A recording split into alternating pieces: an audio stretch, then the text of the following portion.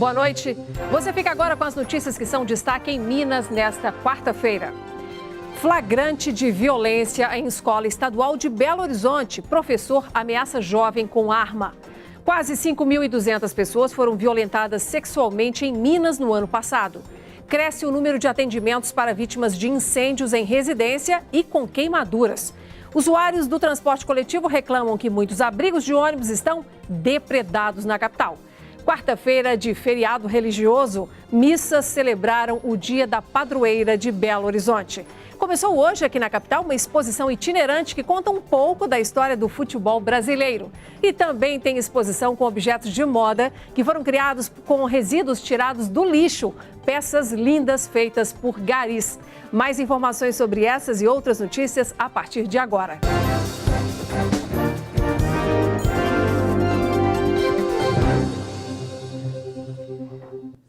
O primeiro destaque do jornal de hoje são as imagens que flagram o momento em que um professor aponta uma arma para um jovem. Esta cena grave aconteceu dentro de uma escola estadual de Belo Horizonte. Nós vamos agora conversar com o nosso repórter Marcelo Silveira, que tem mais detalhes sobre o caso. Marcelo, boa noite.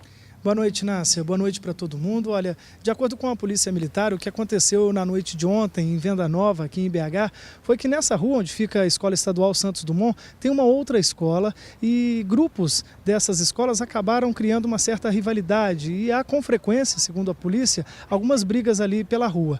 Nessa situação, um dos adolescentes começou a ser agredido com maior intensidade. Ele então buscou abrigo na escola onde estuda, que é a Escola Estadual Santos Dumont, mas os agressores foram atrás dele e foi aí que surge a figura desse professor, o Hudson Fernandes, que acabou sacando uma arma para assustar e tentar acabar com essa situação ali dentro da escola.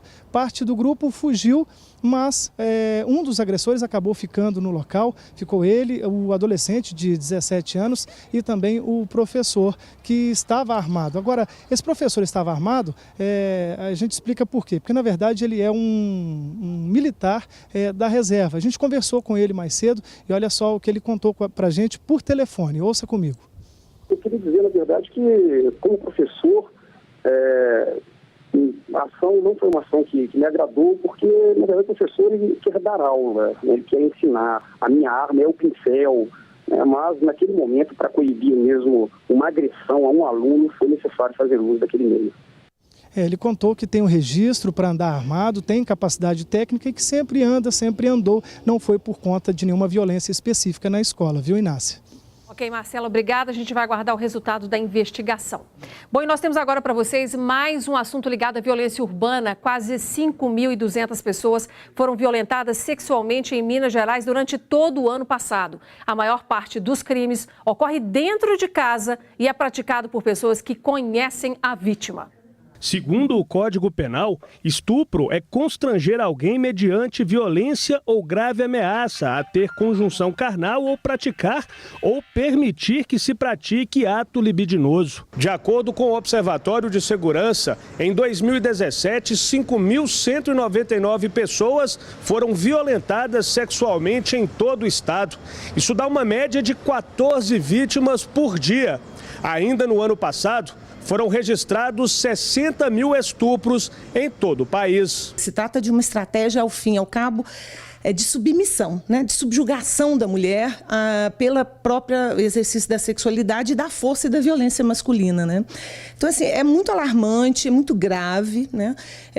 As causas e os determinantes desse fenômeno são múltiplos, né? Mas eu acho que em condições como essas que nós estamos vivendo agora, onde se agravam as desigualdades sociais, onde você tem crises econômicas, desemprego, né, em maior quantidade, e infelizmente, né, esses indicadores tendem a subir mesmo, né? Para esta especialista, a responsabilidade pelo alto número de estupros é da sociedade, mas o Estado também tem culpa. As políticas de segurança pública, elas têm a função, o papel, né, a atribuição de conter essa violência absurda, né? Se a gente for pensar do Estado diretamente no que ele poderia atuar para evitar esse tipo de ocorrência, seria uma segurança pública efetiva nas ruas. Muito embora nós saibamos que muitos dos crimes de estupros não acontecem no meio da rua. Acontece, às vezes, dentro da própria casa, dentro do próprio ambiente doméstico. Foi o que aconteceu com as 2 filhas desta mulher que não quer ser identificada. Um amigo de infância e vizinho violentava as meninas na época com cerca de 12 anos. Hoje, uma tem 19 e a outra 15. A mãe só soube anos depois. Era amigo desde a infância, né? E era considerado muito amigo mesmo, né? Até prestativo, né? E fazia favores, a gente também fazia favores a ele, né? Enfim. Pessoa que vocês não desconfiariam nunca que faria isso? Não, jamais. É mais raro um estuprador que você está passando na rua e nunca te conhece, nunca te viu. Esses são casos mais graves, né? Inclusive de série, né? Estupros em série. Mas esses estupros que nós estamos falando aí, desses indicadores crescentes, eles são de pessoas do convívio. Daí vem a importância da denúncia. No caso das filhas desta mulher, o agressor chegou a ser preso, mas já está em liberdade. A família agora vive com medo. A vida da família inteira, né, mudou muito. Né, ficou todo mundo muito abalado, né, todo mundo entristecido, né, de ver as meninas nessa situação. Durante muito tempo, essa ideia da mulher que era vítima de estupro, ela se sentia constrangida de procurar as autoridades policiais por conta de uma questão ligada ao pudor. Mas nós temos que compreender hoje que o que se protege nessa questão é a chamada dignidade sexual, que é uma das facetas da dignidade da pessoa humana. A partir disto, ela não tem motivos para não denunciar caso ocorra. Denúncia de crimes contra mulheres podem ser feitas pelo telefone 180. E veja agora outras notícias que são destaque em Minas. Uma pessoa morreu e outra ficou ferida em acidente entre 2 carretas e um ônibus nesta terça-feira na BR-262 em Luz, região central de Minas. Segundo a Polícia Rodoviária Federal, a pista foi totalmente interditada após a carreta carregada de carvão tombar e bater em outra carreta que carregava cimento. O motorista de uma das carretas morreu na hora, o outro se feriu gravemente. O ônibus que vinha logo atrás conseguiu frear antes de bater, mas 13 passageiros tiveram ferimentos leves.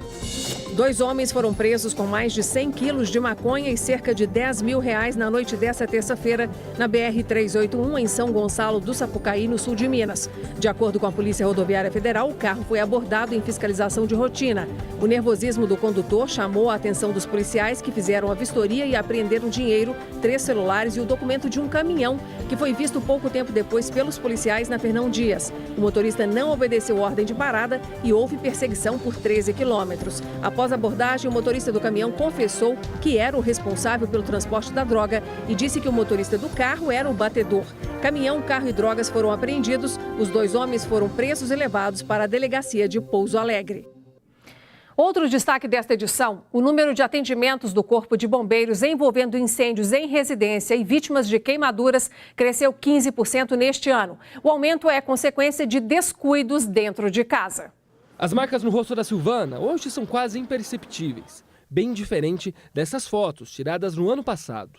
A jornalista teve queimaduras de 2º grau por causa de óleo quente. Era um aniversário de uma amiga, né, uma reunião, uma confraternização da igreja.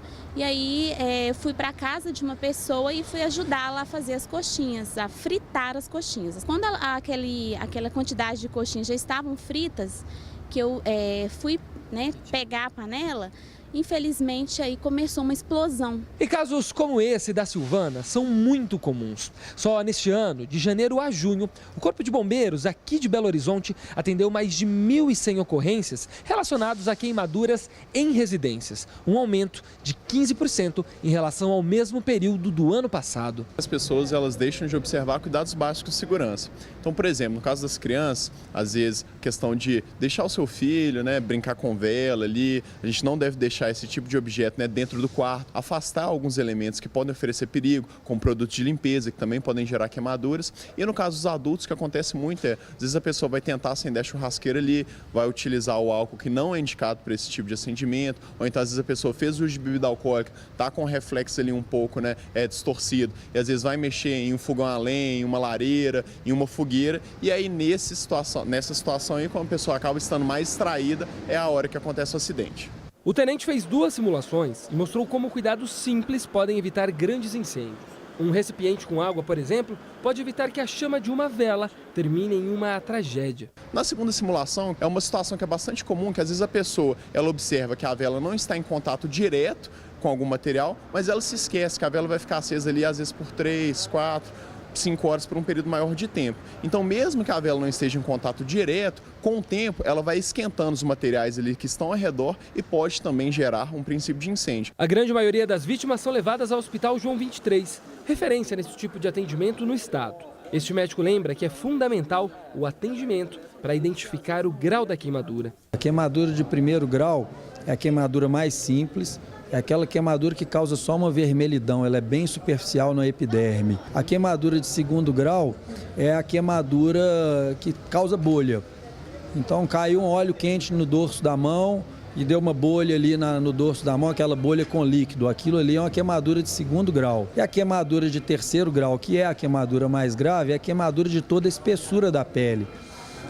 A pele deixa de ser elástica, ela vira um couro, como se fosse a gente tem o costume de falar, chamuscar um porco na roça para tirar o pelo do porco, aquele chamuscado, aquele couro duro que fica, é semelhante à queimadura de terceiro grau. E independentemente do grau da lesão, nenhum remédio caseiro deve ser usado. Não deve, de jeito nenhum, passar pasta de dente, borra de café ou qualquer tipo de outro, né, material, porque isso vai agravar o processo da queimadura e de uma possível infecção. Eu passar só água corrente em temperatura ambiente, para que eu possa interromper aquele processo de queimadura, retirar anéis, relógios, correntes, porque aquela área vai inchar. Se eu estou utilizando algum tipo de blusa, de tecido ali, eu retirar ali, né, sem fazer força, enquanto não está aderido à pele, e me encaminhar para o hospital para que possa ser feita, né, a limpeza completa daquele ferimento. Os danos causados por queimadura são graves. Por isso, é importante seguir todas as recomendações médicas. Completou-se 1 ano e graças a Deus, né, eu agradeço muito a Deus, aos médicos, né, do João 23, a equipe do setor de queimados. No momento que você vê a pele, né, ali, a carne viva, você se assusta muito. Mas é muito importante fazer tudo o que a médica manda. Esta quarta-feira é feriado religioso. Os católicos celebram hoje o dia de Nossa Senhora da Boa Viagem, padroeira de Belo Horizonte, e também a Assunção da Nossa Senhora, o momento em que ela subiu ao céu. Várias missas são realizadas durante todo o feriado na capital. Dia de feriado é assim. Trânsito tranquilo, menos pessoas nas ruas e por que não dormir até mais tarde? Mas será que as pessoas sabem a razão de ser feriado hoje? O feriado de hoje não sei o que é. Eu não sei te dizer não, moça. Não tô sabendo, só sei que a empresa falou que hoje é dia de folga e nós está pelo aqui, né? Para quem é religioso, né, acho que o feriado é mais importante, mas pra gente é para descansar mesmo. Se tem quem não saiba, tem quem não esquece esse dia. Eu vibro com Nossa Senhora, a nossa mãe, a mãe de Deus. E tudo que eu peço a ela, eu sou atendida. O feriado de Nossa Senhora da Boa Viagem foi oficializado em uma lei municipal de 1967. Mas o que torna o dia de hoje especial para tanta gente é a importância histórica que vem bem antes disso. Porque aqui começou a cidade de Belo Horizonte, né? O vilarejo foi formado no século XVIII em torno da capelinha de Nossa Senhora da Boa Viagem, onde então aquele fazendeiro da época, que era o Francisco Del Rey, ele trouxe a imagenzinha de Portugal, no início do século XVIII fez uma capelinha. E assim começou a devoção, os tropeiros passavam, né, por aqui, descansavam na praça e pediam as bênçãos e a proteção de Nossa Senhora da Boa Viagem. E assim foi crescendo a cultura e a religiosidade em torno dessa imagem de Nossa Senhora da Boa Viagem. E se a cidade mudou, cresceu, a fé das pessoas na padroeira de Belo Horizonte continua a mesma. As missas que acontecem durante todo o dia no santuário contam com cerca de 10 mil pessoas. Não tem palavras. Isso é divino, né? De Deus, Nossa Senhora, né? A gente é humano assim, não tem palavras para expressar, né? Uma novidade neste ano é a restauração da Capela de Nossa Senhora de Boa Viagem, que recuperou os tons originais. Também foi apresentada aos fiéis a primeira imagem da santa que veio de Portugal e chegou ao Brasil no início do século XVIII. Ela foi completamente restaurada. Esta imagem foi danificada, tem várias camadas de pintura, então acompanhei milímetro por milímetro de recompor a originalidade dela. Ficou linda. Amanhã, a Band Minas faz o primeiro debate em TV com os candidatos ao governo do estado. Será uma ótima oportunidade para os candidatos apresentarem suas opiniões sobre vários assuntos e também as propostas para administrar o estado. Estarão conosco 6 candidatos, que são aqueles cujo partido tem deputado federal ou senador. Nossa equipe foi hoje às ruas para saber qual é a expectativa dos eleitores mineiros e que problemas eles consideram mais urgentes para serem resolvidos. Você já tem um candidato a governador? Não, ainda não. E por que ainda não?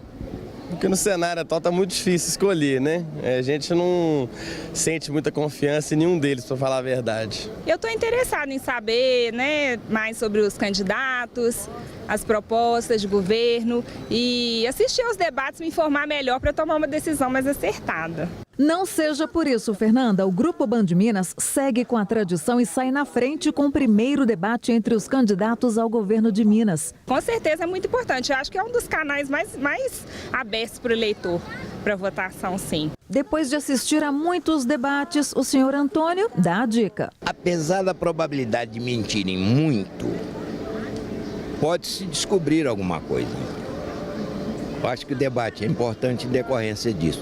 Por mais que ele esconda, ele sempre escorrega na graxa. O debate é nesta quinta-feira, às 10 da noite, na tela da Band, com transmissão simultânea da Band News FM. Estão confirmadas as presenças de Márcio Lacerda, do PSB, Antônio Anastasia, do PSDB, Fernando Pimentel, do PT, Claudinei Dulim, do Avante, Dirlene Marques, do PSOL e João Batista Maris Guia, Rede. Aos 17 anos, Laura quis antecipar o direito de cidadã de votar. Não perdeu tempo e já tirou o título de eleitor. Ansiedade para o momento tão esperado. Creio eu que vai ser muito emocionante, né? Porque vai ser pela minha primeira vez, se cada filho e tudo mais. Então é tudo muito novo, até apertar os botões e tudo mais. A irmã Júlia já passou pela experiência de votar em 3 eleições e não esquece da emoção da primeira vez. Eu fiquei muito ansiosa e, como eu falei, minha mãe, ela me deu umas orientadas e foi comigo, entrou comigo e eu consegui votar tranquilamente, mas deu aquele friozinho na barriga. O recado para os candidatos também está na ponta da língua. O compromisso é com o povo, honrar as promessas que ele fez na campanha e cumprir. Ele tem que cumprir, não é ficar só prometendo e no fim das contas não fazer nada. É isso aí, tem que cumprir. E eu conto com a sua audiência no debate de amanhã, combinado?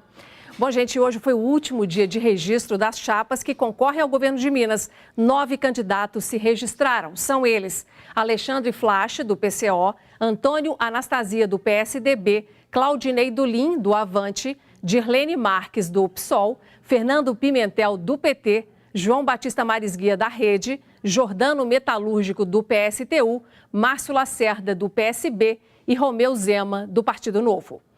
E depois do intervalo tem esporte. O Cruzeiro joga contra o Santos pela Copa do Brasil daqui a pouco e quem vencer seguirá para a semifinal.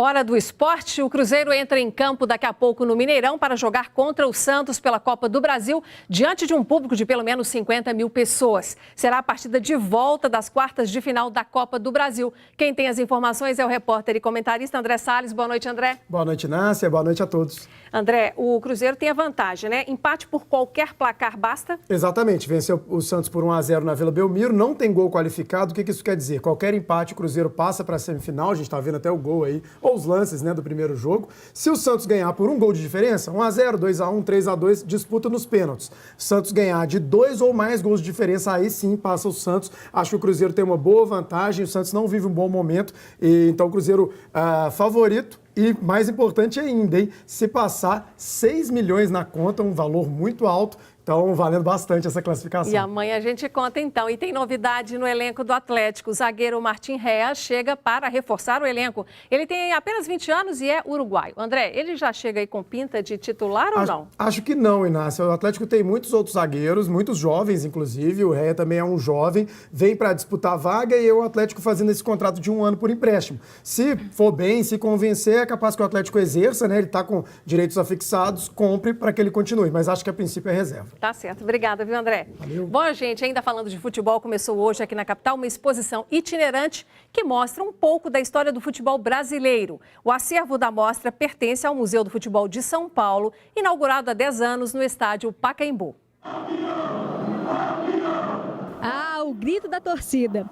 Tantas emoções provocadas pelo esporte que faz parte da história e memória de cada brasileiro. E hoje o futebol ganha uma exposição itinerante no Centro Cultural Banco do Brasil, aqui em Belo Horizonte. Já é a terceira cidade desse ano e leva um mini museu, leva a experiência do Museu do Futebol, que fica lá no estádio do Pacaembu, em São Paulo, para outras cidades. Na sala Origens, imagens do período em que o esporte chegou ao Brasil e se profissionalizou.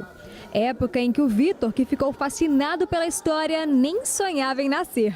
Eu tô vendo esses quadros, eles são antigos e eles são legais também. E até quem nasceu há pouco tempo já foi levado para conhecer mais sobre futebol. Como a exposição acontece na capital mineira, não poderiam faltar camisas históricas dos clubes mineiros. Muita informação interessante, né? Trazendo a história do futebol, que no final das contas é um traço cultural aí do brasileiro muito forte. A paixão pelo time já está no sangue mesmo. A gente pergunta a ele sobre o Galo, ele já reconhece o escudo, adora assistir os jogos. E falando em história, para quem já viveu vários momentos que marcaram o futebol no país, foi impossível não se emocionar.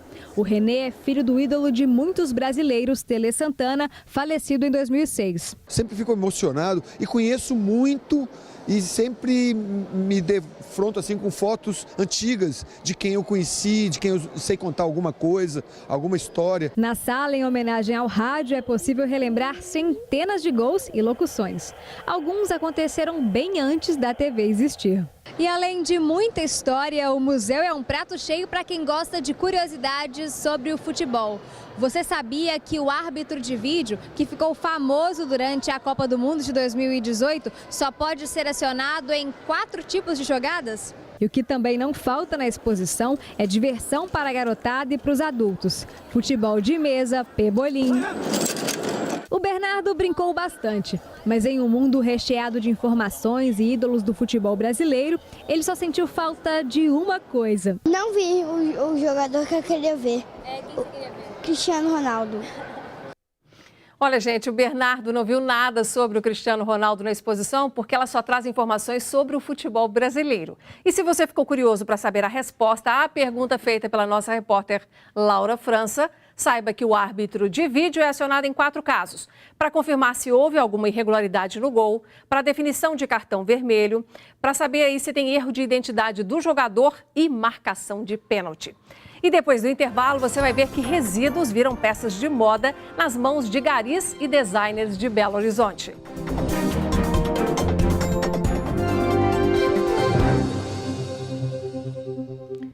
Objetos e resíduos que foram para o lixo ganharam nova utilidade nas mãos de garis que trabalham aqui em Belo Horizonte. A partir de técnicas de design, uma coleção de moda foi criada.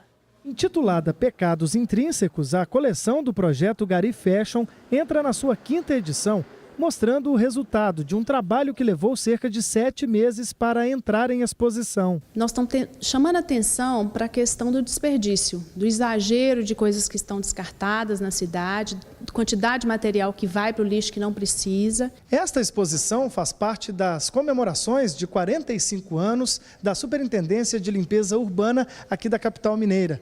Um dos objetivos dessa mostra é trazer à tona a discussão em torno da moda sustentável. A exposição, que está no Museu da Moda, pode ser vista de terça a sexta, das 9 da manhã às 9 da noite, sábados e domingo, das 10 da manhã às 2 da tarde.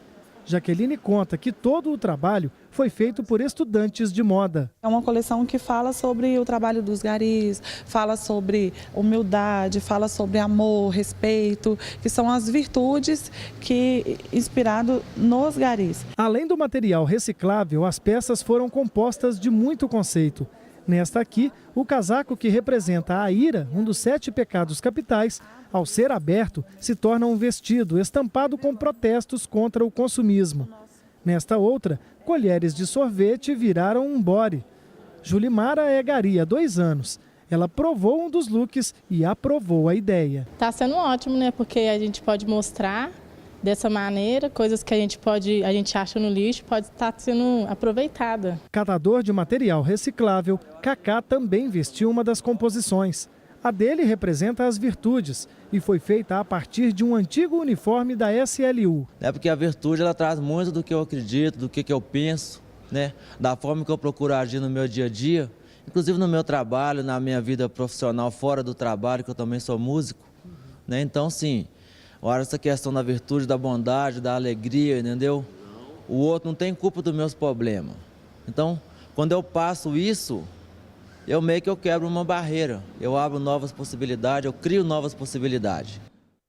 E antes do tchau, eu quero reforçar o nosso convite para você acompanhar amanhã às 10 da noite o debate ao vivo com os candidatos ao governo de Minas, aqui na tela da Band, com transmissão também pela rádio Band News FM.